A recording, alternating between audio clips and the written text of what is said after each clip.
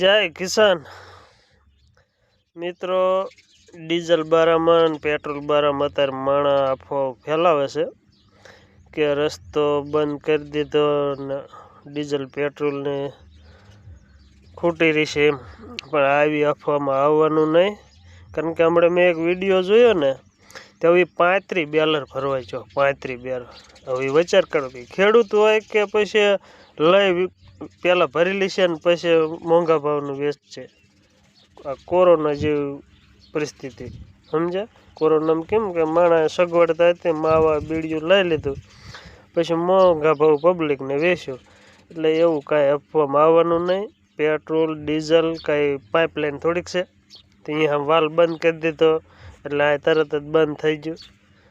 ના ના, આપણે ઘરમાં દાણા કે તરત ખૂટી રહે. કૂપનમાં દે તો જ આપણું ઘર હાલે એવું હોય, બીજા દાણા પડ્યા ન હોય.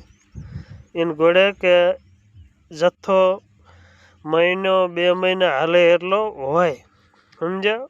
એટલે નકે તો કારણ કે એક દી કાલ 2 દી યુદ્ધ ચાલુ થયું ને અત્યારે પાછા કે લો આપણે અમુક વિડીયો જોવું પેટ્રોલ પંપે જગ્યા નથી, માણા હાલે એવી. એટલે એવું કાંઈ આપવામાં આવવું નહીં સમજ્યા. પેટ્રોલ ડીઝલ મળતું જ રહે. જીવન જરૂરિયાત જેવું થઈ ગયું છે આ વસ્તુ, એમાં કાંઈ ન ફેર પડે સમજ્યા. કરો કદાચ 2-5 રૂપિયા મોંઘું થાય, બાકી મળે ખરું. એટલે આવું કાંઈ ઓલું ન કરવું. હવે એકાદ ટીપડું ભરવા જ્યાં હોય બેરર તો વળી સમજે કે ખેડૂત દીકરા હોય. હવે 35 બેરર ભરવા જાય એ ખેડૂત હોય હે, વિચાર કરો. એટલે આવું કાંઈ આપવામાં આવવું નહીં.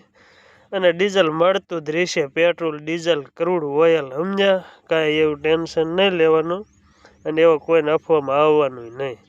એટલે સમજ્યા, ટીઆરપી મેળવવા ને વ્યૂ મેળવવા મારા જેવા છે ને વિડીયો બનાવીને ઠોકી દે, પણ એવું કાંઈ છે નહીં.